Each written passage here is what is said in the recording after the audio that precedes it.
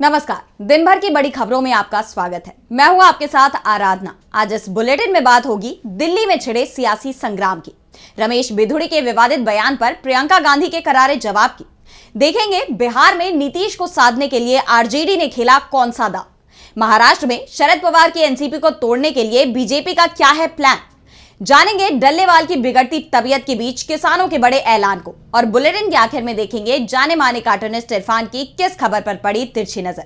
लेकिन दिन भर की तमाम बड़ी खबरों से पहले एक नजर आज की सुर्खियों पर। इलाहाबाद हाईकोर्ट ने संभल मस्जिद की सर्वे रिपोर्ट की सुनवाई पर लगाई रोक। 4 हफ्ते में सभी पक्षों से मांगा जवाब। सर्वे के खिलाफ मुस्लिम पक्ष ने डाली थी याचिका।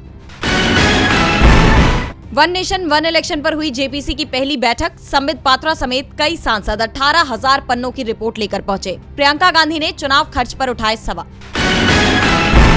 पाकिस्तान से छिन सकती है चैंपियंस ट्रॉफी की मेजबानी। 3 स्टेडियमों का निर्माण नहीं हुआ पूरा, यूएई को मिल सकता है मौका। लाल निशान पर बंद हुआ शेयर बाजार। 50 अंकों की गिरावट के साथ 78,148 पर बंद हुआ सेंसेक्स। 18 अंकों की गिरावट के साथ 23,688 पर बंद हुआ निफ्टी।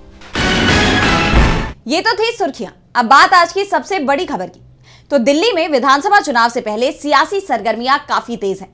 सीएम आतिशी ने बीजेपी पर उन्हें सीएम आवास से बाहर फेंकने के आरोप लगाए हैं, और अब आम आदमी पार्टी ने बीजेपी के खिलाफ मोर्चा खोल दिया है। पार्टी नेता बीजेपी से पीएम आवास दिखाने की मांग कर रहे हैं।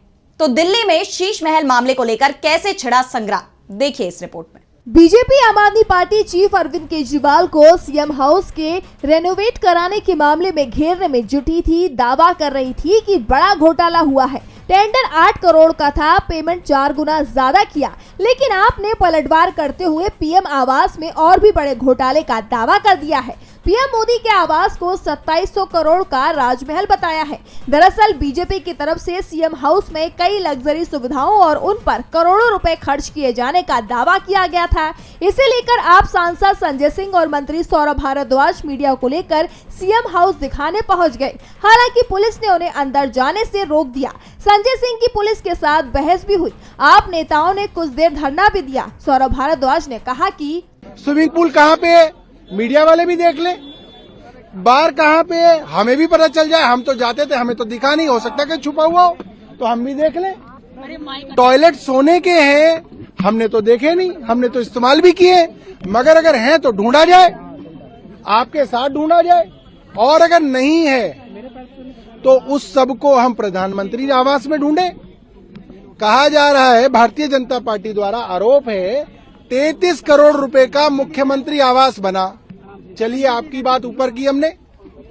ये भी कहा जा रहा है कि 2700 करोड़ रुपए में प्रधानमंत्री आवास बन रहा है। 2700 करोड़ रुपए में, तो भैया वो प्रधानमंत्री आवास भी देखेंगे हम।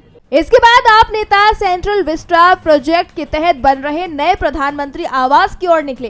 हालांकि पुलिस ने उन्हें बीच में ही रोक दिया। साफ है कि दिल्ली चुनाव को लेकर बीजेपी जो भी आरोप लगा रही है उसमें वो खुद ही घिरती दिखाई दे रही है। आप लगातार बीजेपी पर हमलावर हैं। बीजेपी के हर दांव पर आपके दिग्गज नेता पलटवार करते नजर आ रहे हैं, तो बीजेपी नेता विरोधियों को मौके भी देते जा रहे हैं। पार्टी प्रत्याशी रमेश बिधूड़ी के प्रियंका गांधी को लेकर दिए विवादित बयान पर सियासत थमती नहीं दिख रही। अब खुद कांग्रेस सांसद प्रियंका गांधी का बयान सामने आया है, तो अपने ही नेता के बयान पर कैसे घिरी बीजेपी, जानने के लिए देखिए ये रिपोर्ट। दिल्ली में बीजेपी प्रत्याशी रमेश बिधूड़ी के बयान ने पार्टी को गंभीर संकट में ला दिया है। कांग्रेस सांसद प्रियंका गांधी को लेकर दिए उनके विवादित बयान की हर तरफ निंदा हो रही है। सभी राजनीतिक दलों की तरफ से बिधूड़ी के बयान पर आपत्ति दर्ज कराई गई। यहाँ तक कि उनकी उम्मीदवारी रद्द करने की भी मांग की गई, और अब इस पर खुद प्रियंका गांधी का बयान सामने आया है। उन्होंने रमेश बिधूड़ी के बयान को बेहुदा बताया। प्रियंका ने कहा कि फिजूल की बात की हम चर्चा नहीं करते। रमेश बिधूड़ी मेरे गाल की बात करते हैं, अपने गाल की बात क्यों नहीं करते। दिल्ली में विधानसभा के चुनाव होने वाले हैं, और जो जरूरी मुद्दे हैं उन पर बात होनी चाहिए। आपको बता दें कि कालका जी से बीजेपी प्रत्याशी रमेश बिधूड़ी ने हाल ही में एक कार्यक्रम में कहा था कि वो कालका जी की सड़कों को प्रियंका गांधी के गालों की तरह बना देंगे, जिसके बाद इस पर काफी बवाल हुआ और बिधूड़ी को बैकफुट पर आना पड़ा। उन्होंने अपने बयान के लिए खेद जताते हुए कहा कि मेरी मंशा किसी को अपमानित करने की नहीं थी। अगर किसी भी व्यक्ति को दुख हुआ हो तो मैं खेद प्रकट करता हूँ। इसके बावजूद महिलाओं को लेकर बिधूड़ी के बयान नहीं थमे। अगले ही पल उन्होंने आम आदमी पार्टी की नेता और दिल्ली की मुख्यमंत्री आतिशी को लेकर आपत्तिजनक बयान दे दिया। बिधूड़ी ने कहा कि आतिशी मार्लेना अब सिंह बन गई है। उन्होंने अपना पिता बदल लिया है। इस पर आतिशी ने कहा कि बीजेपी महिला विरोधी पार्टी है। साफ है बीजेपी के अपने ही नेता पार्टी के लिए परेशानी का सबब बन गए हैं। विधानसभा चुनाव की घोषणा से पहले आए बिधुड़ी के इस बयान की हर तरफ चर्चा हो रही है, लेकिन ये चर्चा बीजेपी के लिए बड़े नुकसान की वजह बन सकती है। ऐसे में सवाल तो ये भी उठ रहे हैं कि क्या बीजेपी बिधुड़ी का टिकट वापस लेगी। दिल्ली चुनाव से पहले बिधुड़ी के बयान ने बीजेपी के सामने बड़ी चुनौतियां खड़ी कर दी हैं, तो बिहार में भी बवाल थमता नहीं दिख रहा। नीतीश कुमार बीजेपी से नाराज है, लेकिन ये अपनी नाराजगी खुलकर जाहिर नहीं कर रहे। लालू यादव नीतीश को महागठबंधन में शामिल होने का न्योता दे रहे हैं, लेकिन तेजस्वी के तेवर तीखे हैं। इसी कड़ी में एक बार फिर तेजस्वी यादव ने नीतीश कुमार पर करारा तंज कसा है, जिसके बाद सवाल ये उठ रहे हैं कि क्या आरजेडी नीतीश को साधने के लिए नई रणनीति अपना रही है? क्या है पार्टी का प्लान? जानने के लिए देखिए ये रिपोर्ट। बिहार की राजनीति में इस वक्त क्या चल रहा है, ये समझ पाना मुश्किल ही नहीं नामुमकिन हो रहा है। इस असमंजस के बीच तेजस्वी यादव के एक ट्वीट ने सियासत को गरमा दिया है और कई नए सवाल खड़े कर दिए हैं। दरअसल तेजस्वी यादव ने अपने ट्वीट में नीतीश कुमार पर निशाना साधा। उन्होंने लिखा कि थके हुए मुख्यमंत्री ने रिटायर्ड अधिकारियों के साथ मिलकर बिहार के युवाओं की आशाओं को निराशाओं में बदल दिया है। विज्ञापनों के माध्यम से सैकड़ों करोड़ झूठे प्रचार में फूंक रहे हैं। बिहारियों के जीवन को आबाद करने की बजाय उसे बर्बाद कर दिया है। बिहार की प्रगति को दुर्गति की अग्नि में झोंक दिया है। बेसुध सरकार और उसके मुखिया के नेतृत्व में एक बरसात में ही सैकड़ों पुल पुलिया ढह जाते हैं। 2 दशक से हर प्रकार की परीक्षाएं, पेपर लीक और धांधली की भेंट चढ़ाई जा रही हैं। महंगाई हर घर, हर परिवार को खा रही है। छोटे बड़े व्यवसायियों का व्यवसाय बर्बादी के कगार पर है। इनके शासन में गरीबी, बेरोजगारी, भ्रष्टाचार और पलायन में बिहार अव्वल है। तो अपने इस ट्वीट के साथ तेजस्वी ने एक तस्वीर भी साझा की है, जिसमें उन्होंने पिछले कुछ महीनों में टूटे पुलों का जिक्र करते हुए नीतीश कुमार की प्रगति यात्रा पर निशाना साधा।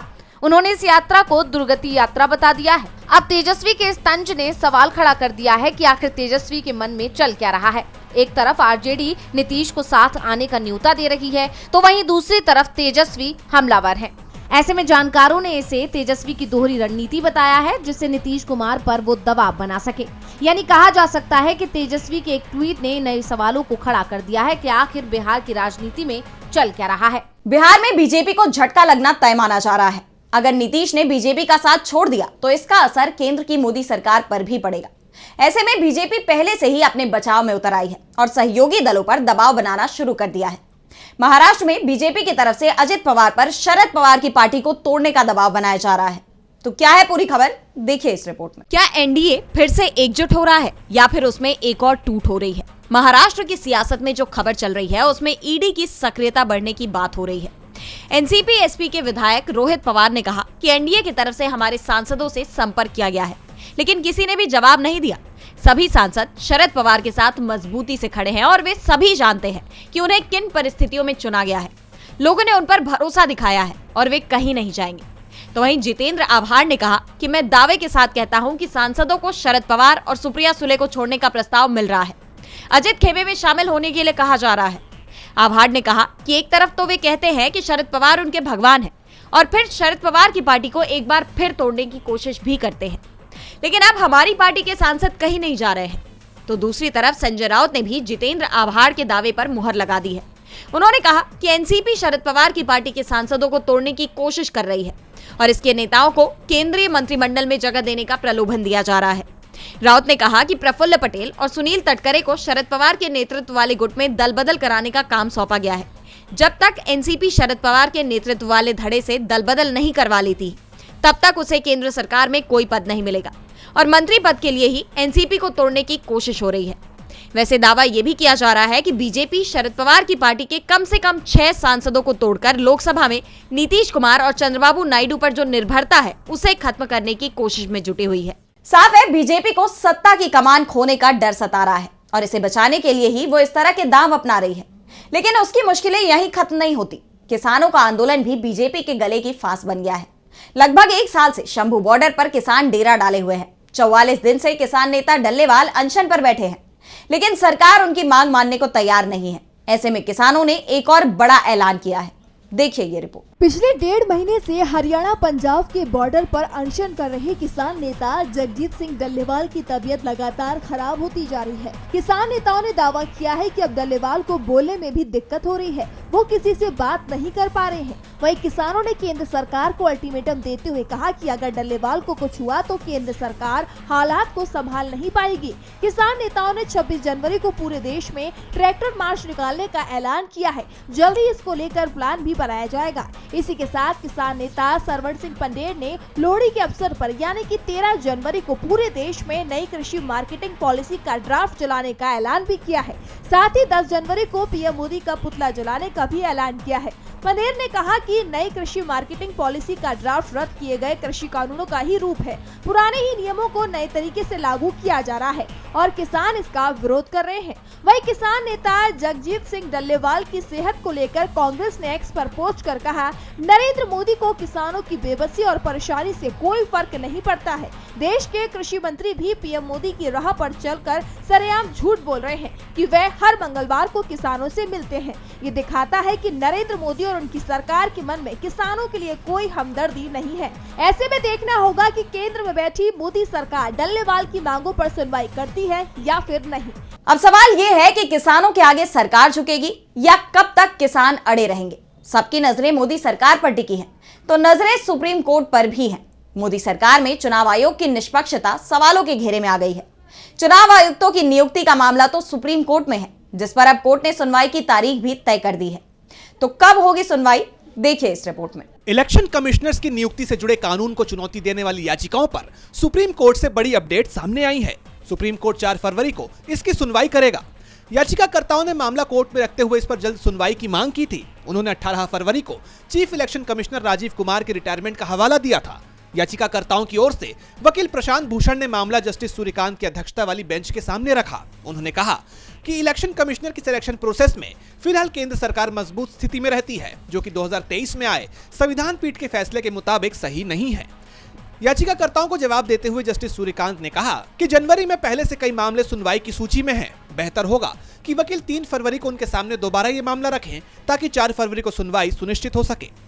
सुप्रीम कोर्ट ने यह भी कहा कि मामला संसद से पारित कानून को चुनौती देने का है, इसलिए इसमें विस्तृत सुनवाई की जरूरत पड़ सकती है। दरअसल सुप्रीम कोर्ट में दाखिल याचिकाओं में मुख्य चुनाव आयुक्त और चुनाव आयुक्तों की सिलेक्शन प्रक्रिया में सुप्रीम कोर्ट के चीफ जस्टिस को भी शामिल करने की मांग की गई है।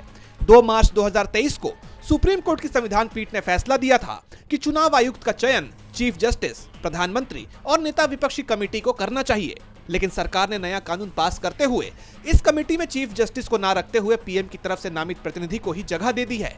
अब देखना होगा कि 4 फरवरी को इस मामले में क्या सुनवाई होती है।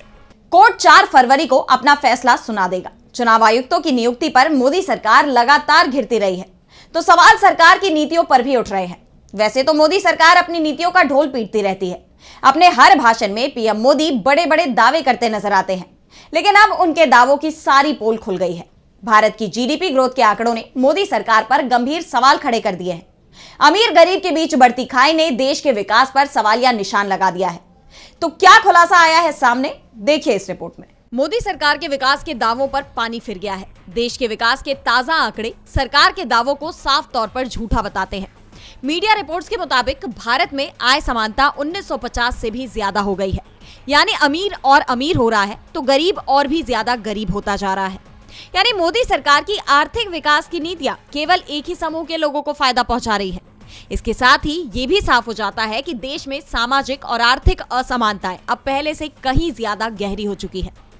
दरअसल सरकार ने जीडीपी का आंकड़ा जारी किया है, जिसके तहत अग्रिम अनुमानों के मुताबिक वित्त वर्ष 2024-25 में भारत का सकल घरेलू उत्पाद यानी जीडीपी 6.4% की दर से बढ़ने का अनुमान है, जो पिछले 4 साल का निचला स्तर है और वित्त वर्ष 2024 में दर्ज 8.2% की ग्रोथ से तेज गिरावट भी है।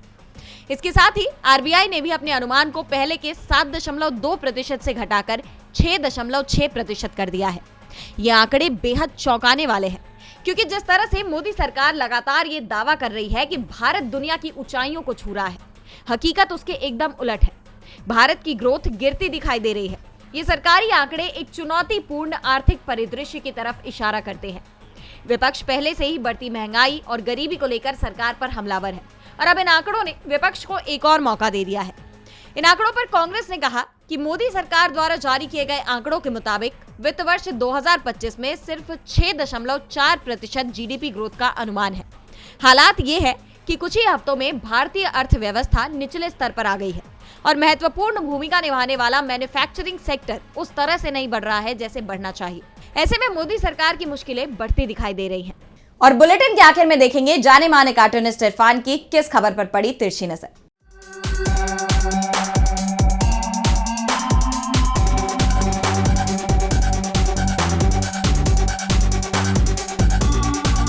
बीजेपी दिल्ली चुनाव को आम आदमी पार्टी के खिलाफ एक कांटे की लड़ाई बनाने के लिए रोज नए नए मुद्दे खोज रही है। सबसे बड़ा मुद्दा उनके लिए केजरीवाल के घर को लेकर के है कि उनका घर महल जैसा बना हुआ है। अब इसी पर नाराज होकर केजरीवाल की पार्टी ने जब प्रधानमंत्री के बंगले को अंदर से देखने जाने की इच्छा जाहिर की तो दिल्ली पुलिस ने आज उनको रास्ते में ही रोक दिया। भाई अच्छे में किया, क्योंकि जिस व्यक्ति का विमान ही अमेरिका के राष्ट्रपति जैसा हो हो सकता है उसके अंदर का घर भी अमेरिका के राष्ट्रपति जैसा हो भी सकता है।